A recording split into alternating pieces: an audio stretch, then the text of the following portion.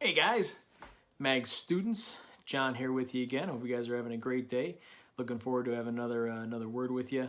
Um, Continuing in on Joshua again today. Just wanted to go over the rest of our next section of Joshua. You recall we talked about the other day that the first couple chapters of Joshua that Moses was the main guy for Israel for so many years, Ten Commandments guy, and then God had selected Joshua to be his successor to continue to take the people into the promised land. And we just talked about the other day about how we're to be strong and courageous, and this is what God is. So that He's always going to be with us. He's never going to forsake us. He's always going to be with us through different challenges, through new things that may come our way. God is always with us, and that was just the message to come across with be strong and courageous the other day. So where we're at now is that now we're getting ready to continue to go into the promised land, and Joshua is getting ready to make his way there, and he's got to continue his first major battle as a leader of Israel. Is to go against Jericho, and Jericho is one of those. It was a big city, big large city. Actually, it was a walled city. Actually, had two walls, from what some archaeological stone people that look at archaeologists. I know how to archaeologists. Said that there maybe even been two walls around there where people actually would live between the two walls. And so Joshua actually sent some spies to look at Jericho to say, can we take this? Can we take the city? And they went and actually were hidden in the city by a prostitute named Rahab. And Rahab had told them that the people here are actually legitimately scared of the Israelites. They're scared of God, and they're scared of the Israelites, and they're scared of what's going to happen. So they already had this fear built up that the Israelites were going to win, and Rahab was very convinced that the Israelites were going to win.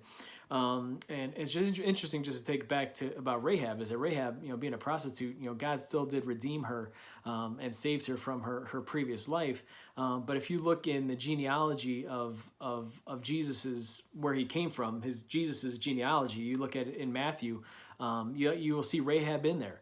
So Rahab is actually an ancestor of Jesus. I'm sure if you did Ancestry.com and Jesus did a mouth swab, and you would be able to find that Rahab was part of his lineage.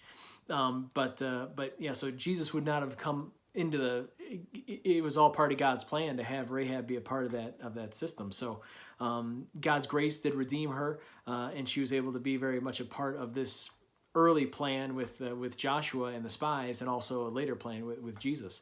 But Rahab struck a deal with the spies and said, I will house you in the city for the night, and I will help you to escape, to get out after you've scoped out the city. But please keep my family safe when you guys do come in and annihilate the place, because we know you guys are going to take over. So when you come back, please keep me and my family safe. And so they said, yes, we'll make a deal with you. We'll hang a scarlet rope. They actually used the same rope to climb out of the out of her house and over the wall. And they said, we're gonna leave this scarlet rope out here, and then we know that we'll let everybody know that you guys are safe, and we should get you out of the city when we come in. They all come back, and the spies are now, they say, we can do it. We know that the people are scared of us, and we know there's a wall, but this is what's going to happen. So Joshua has the confidence, and he talks to God, and he goes to all of his commanders and brings them together. He's like, all right, guys, I've got the plan from God. We're all set. And his commanders are all pumped, like, all right, they're scared of us, we can do this. And he said, I got a plan from God. He goes, here's what we're going to do. We're going to get our trumpets, and we're going to blow, and we're going to get the ark, and we're going to go walk around the wall, and we're going to blow our trumpets. And they're like, yeah, this is going to be cool. We're going to get an intimidation factor. We're going to blow our trumpets and be all loud and stuff, and that'll be great. He goes, so we're going to walk around the wall, and then we're going to go back home. We're going to go to bed. And the next day, we're going to get up. We're going to get the ark. We're going to get trumpets, and we're going to go walk around the wall again. And then we're going to do that for 2 days, 3 days, 4, 5, 6 days. And the guys are like, really? This is your big plan? We're just going to walk around the wall and blow our trumpets like, Saints go marching in, and this is our big plan to be able to knock down the walls.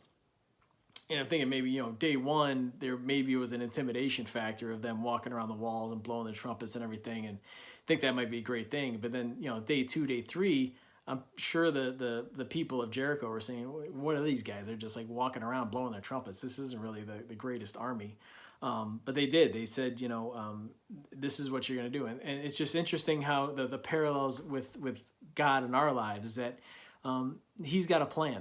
And we just got to trust him. And this is one of those things where God had a definite plan for his people of how he wanted to give them the city, how crazy and unorthodox it might have been to them, but it was directly God's plan of how he wanted them to go into the city. So he just said, trust me on this. So days 1, 2, 3, 4, 5, 6, 7, they go around, they get down on the 7th day. They will then give out a shout. They blow the trumpets and they give out a shout. The walls are going to come down. So what do? All the days. They walk. Day 7, they get there. They blow the trumpets. They shout. Walls come tumbling down. And the thing about it in the Bible is that they said they walked straight in. Straight in. And it was interesting, and it was the commentary that I had on this last week when I was doing this is that, how many of we just had these giant storms just pass through. We had an F1 tornado potential that went through Brunswick and came through right by Pastor Daniel's house, went right through the area. And we went on a walk that next day, and it was just chaos. Trees down everywhere. It was an amazing scene. And I don't know if you've ever seen like on videos or places where a building comes down and the walls come down from a tornado or from just somebody knocking down a wall, that there's rubble and there's chaos all over the place. And there's no way that you could just walk straight through in a situation like that. And for the Bible to say that they legitimately were able to walk straight through, you have to climb over stuff and everything. You just think of the walls came down. There's no way you could just walk straight through it. But God made a way because it's in the Bible. It says they walked straight through. And that's just incredible to me to say that there's an opportunity that God said, this is what's going to happen, this is how it's going to go, and you're going to walk straight through. And they did. They walked straight through into Jericho and was able to take the city. And just to encourage you guys with this, final word is that, God, there are going to be challenges in this life, and there's going to be stuff that we're going to have to face and that we're going to have to go through. And sometimes God's going to give us some very clear direction that may look kind of weird, and it may not be the way we think it's going to be. But he's just saying, trust me in this, and I will be able to focus you through, bring you through, give you direction on where it's going to happen, and you're going to go straight in and get the victory. Have a great day, guys. Love you.